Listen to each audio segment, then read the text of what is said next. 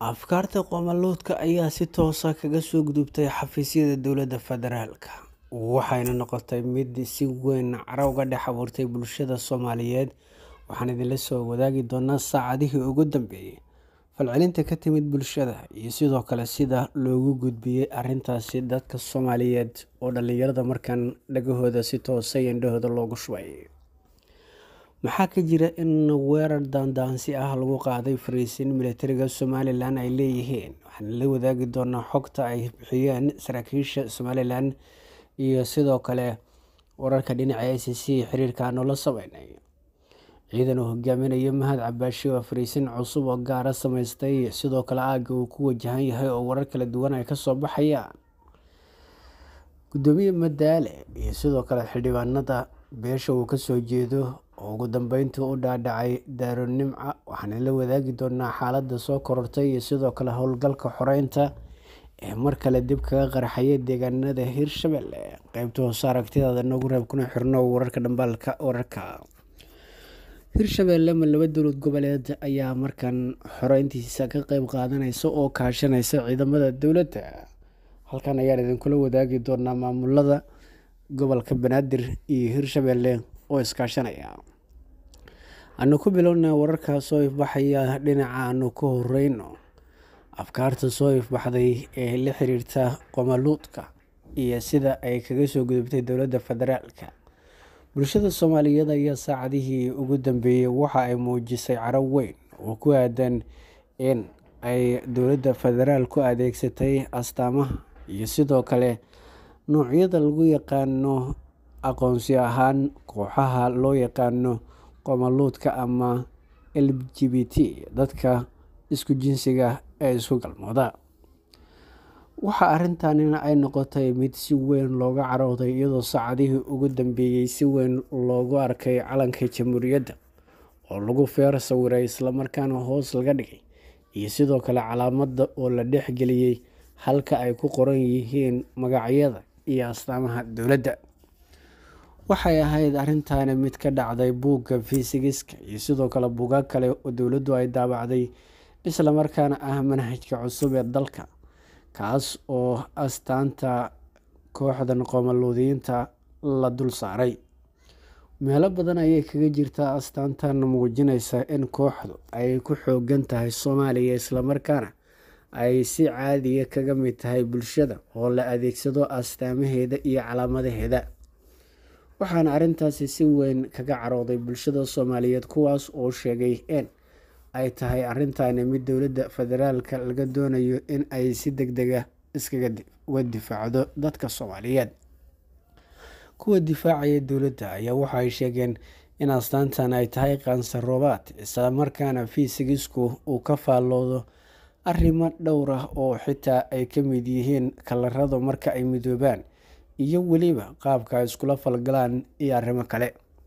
Balse sida ka muuqata astaantan ama arrintani waxay ku timid mid si toos ah loogu sawiray buugga, iyadoo weliba marka la isku darayo kalarada oo ay midoobaan isla markaana ay sameeyaan waxa loo yaqaan rainbow-ga ama qaansar roobaadka, ay tahay in meel gaar ah aan lagu qorin, balse ay noqoto natiijo tixraac leh oo muujinaysa kalaradii oo la isku geeyay, la mideeyay, kadibna shaqo iyo sidoo kale daliil toos ah iyo masaa'il ku timid, taas oo ahayd mid bulshada Soomaaliyeed ay ka qanci lahaayeen.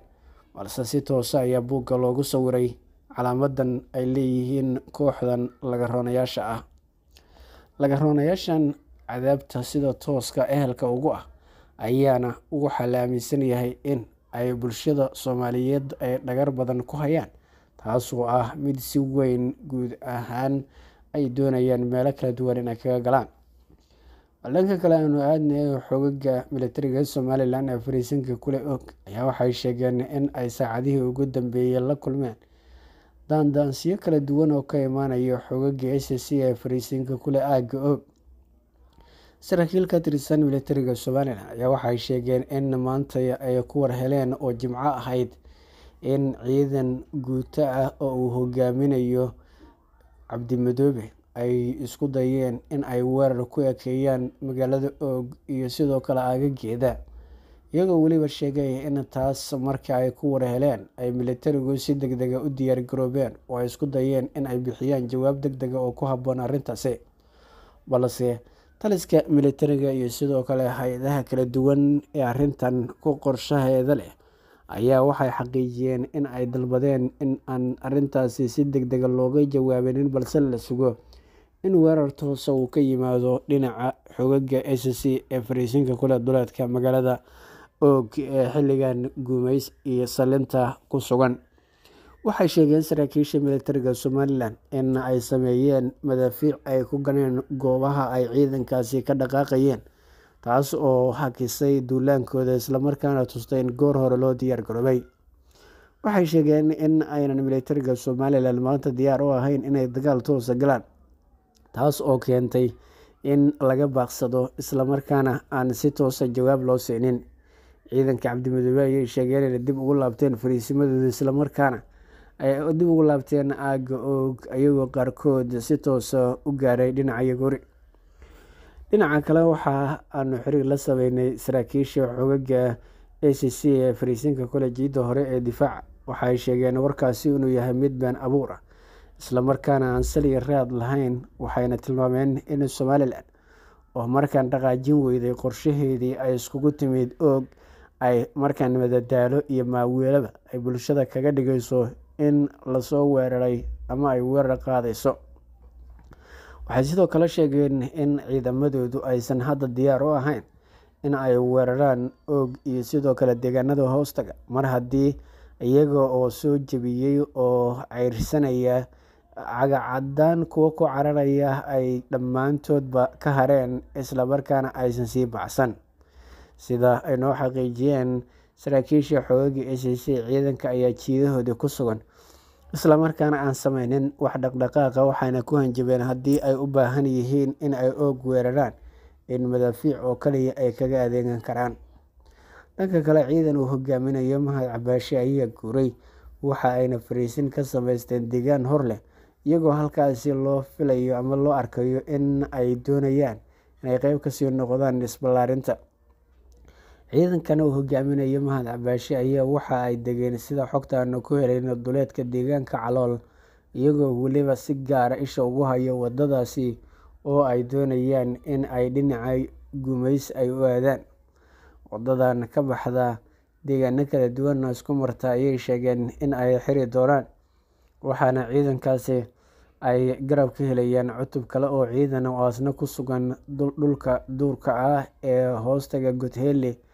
Sida ay noo xaqiijiyeen ilaa lagu kalsoon yahana, ciidankana fariisinka ka sameystay aagga meesha lagu magacaabo Calool ayaa waxay doonayaan in ay u sii siqaan dhinaca Og, iyagoo weliba tilaabo tilaabo usii guuraya oo usii dhowaanaya magaalada la baadigoobayo.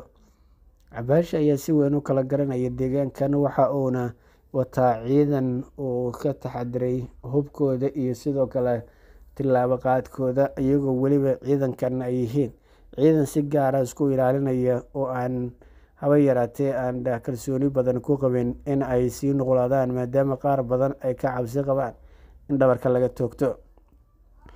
Dhanka kalena, waxaa isi soo taraya dadaalada ka bilowday dhulka miyiga iyo xoolo dhaqatada oo iyagu doonaya in ay iska caabiyaan isku day walba oo ka imaanaya ciidamada geediga ah ee degay aaggaasi.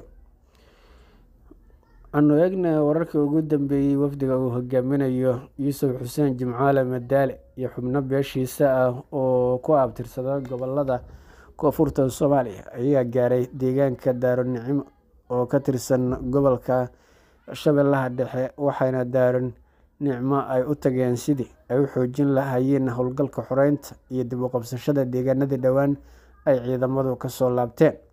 Warar aanu helayno ayaa waxay xaqiijinayaan in ciidankan si gaar ah loogu talagalay in ay ka howlgalaan aaggaasi, iyagoo weliba wata dabaabaad iyo sidoo kale hub ku filan oo ay kaga shaqeyn karaan dhulkaasi. Dowlad goboleedka Hirshabelle iyo sidoo kale maamulka gobolka Banaadir ayaa waxay u muuqdaan in markan ay si toos ah iskaga kaashanayaan xoreynta deegaanada beeshu ay degto ee ka tirsan koonfurta Soomaaliya, gaar ahaan aaga gobolka Shabeellaha Dhexe ilaa laga gaaro gobolka Galgaduud ee koonfurta ama gobolka Galgaduud ee bartamaha Soomaaliya, halka uu ku sugan yahay madaxweyne Xasan Sheekh Maxamuud. Kulamo wada tashi ah ayaa ka soconaya magaalada Dhuusamareeb. Dhammaan wararka Falowgara qaybta hoose aragtidaada noogu reeb ku xirnooda wararkeena nabadgelyo.